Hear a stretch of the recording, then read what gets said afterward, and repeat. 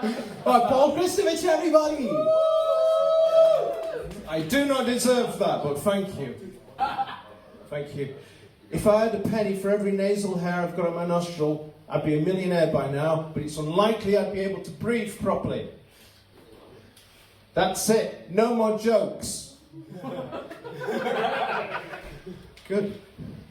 Rest in peace, Bob Marley. He's still dead.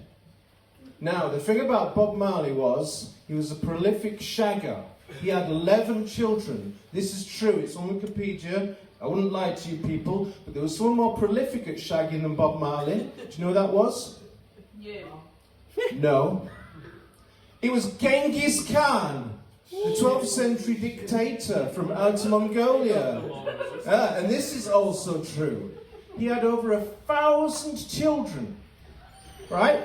So that means that 1 in 5 people in the entire world are in the Genghis Khan gene pool. This is true. Possibly some of us tonight. I know I am because of the eyebrows. So this is potentially a very beautiful moment. We could be related, some of us.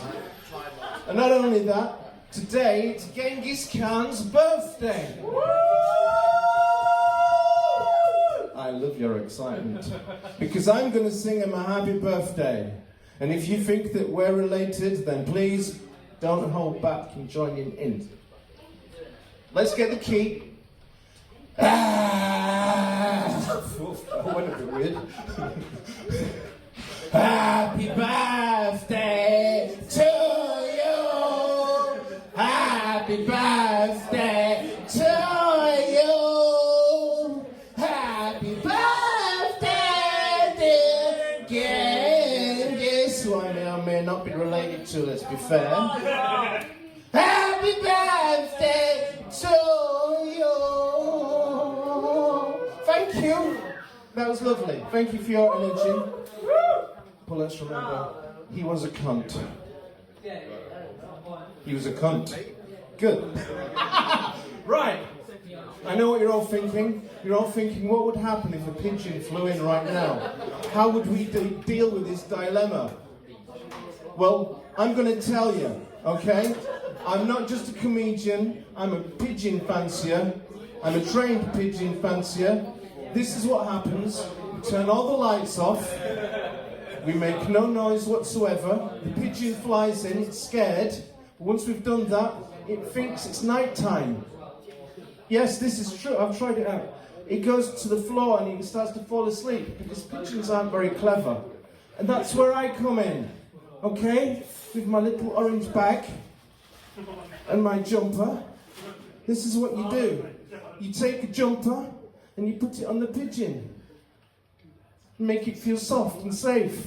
Oh, this is lovely. And then we very gently, we pick the pigeon up in the jumper and we put it in the bag. Like this. And I take it home and I live with the pigeon forever. And I add it to my other collection of pigeons that I live with. There we go. That's what you do. Now, are there any Buddhist monks in the audience? Yeah. Really? I hate Buddhist monks. You can never win an argument with a Buddhist monk. I had this friend called Gary who was a Buddhist monk. He was so happy. He came up to me one day and he said, "Hello Paul, how are you?" And I said, "Well, actually Gary, I'm a bit stressed out because I can't pay my rent this month." He said, "Well, never mind, at least you've still got your health." And I said, "But no Gary, I haven't got my health because I've got a dodgy arm." And he said, "Well, at least it hasn't fallen off." And I said, "But Gary, it's riddled with gangrene and it's going to be surgically removed tomorrow." He said, "Well, at least you don't have a terminal illness." I said, "But Gary, I do have a terminal illness." I was lying, but I wanted to fucking get the fucker. "I've got 3 weeks to live, Gary, and that's it, I'm gone." And he says, "Well, never mind. At least you'll be safe in the knowledge of knowing that you could come back as a pigeon, possibly." And I said, "But Gary, what if I come back as a worm, and if the pigeon eats the worm, what happens then?" He says, "Well, at least you'll be safe in the knowledge that the pigeon will shit out you after eating you, and you'll go back to the earth and you'll be giving something back to the universe." See what these people are like? Absolute bastards. But don't worry, because it was fine in the end, because Gary got hit by a bus and he came back as a piece of chewing gum. And he's under that chair right now. Yep, because I put him there. Hi, Gary. That's Gary. Okay, I've been on Tinder recently. I'm single, obviously. I don't know if you can tell, but I am. Yeah, I know. But I got matched with this really hot-looking woman, and she was there, the photograph, and she had a little chihuahua on her lap. We matched. She liked long walks in the park. She liked hairy men. She liked northerners. And she liked casual sex. Great! So we arranged to meet in this very bar, actually. It was over there.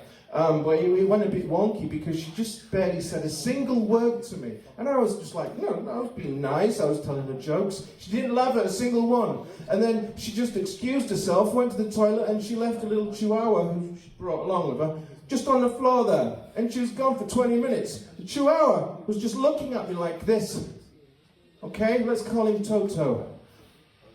Anyway, and then he came over to me and he started humping my leg. For 20 minutes, so I tried to shake him off, but he was growling at me, so I let him finish his business, basically. It was terrible, you know. And then she came back from the toilets, and she just picked up little Toto and started to walk out the door. I said, but wait a minute, what about our date? And she said, what about our date? I just hook up my little dog Toto when he feels randy with strange guys. You mean nothing to him, you're just a bit of rough. And I looked at I know. that was actually a joke. And so I looked at Toto and I said, is this true, Toto? And he just looked at me and he said, rough, rough. Good, right, okay. So I suffer from stress really badly, and I was at home the other day watching Married at First Sight Australia. There was a knock on the door, and it was a TV detector man. I don't have a TV license, so I started to panic. I turned the telly off. I got the remote control and I stuck it up my bottom. This is true. And I let him in. And he couldn't get the TV to work because of the remote controls at my bottom. He couldn't find it anywhere. So I won one over the man, yeah. The only problem is I haven't been to the toilet for over 3 weeks. But tonight, perhaps with your energy, you can help me go to the toilet. Will you help me? Why are you looking at me? Not just you, all of you, a combined effort. Yes? You're going to help me? Good. Only I'll go, poo, poo, poo. Clap your hands, stop you can go, poo, poo, poo, poo, poo, poo. Come on, let's get the energy going. I haven't been to the toilet for 3 weeks, you bastards. Come on. Poo, poo, poo, poo. Ah! Ah! Hey! Oh! There it is. The sweet swell of comedy. Thank you, ladies and gentlemen, for your energy. There it is. Woo! And finally, this is the last bit. You're going to love this. Seriously, you are going to love this. You've heard that phrase, I'm not trying to teach you how to suck an egg. It's very patronizing because they're saying, I'm not trying to teach you to do something that you know already, but they're also saying, I'm trying to teach you something that no one does. No one sucks eggs. We eat them by boiling them, by scrambling them, don't we? By frying them. So, tonight, ladies and gentlemen, if anyone says that to you, you can say, no, I already know how to suck an egg, because some sweaty guy from Bradford, I know you don't like eggs, I'm not going to come close to you. I don't want you to come out in a rash, don't worry. I'm going to suck this egg for you people because I love you. If anyone says that phrase, you can tell them to go fuck themselves. Because you are now experienced through me. Yeah! Here we go. Come on, bring it!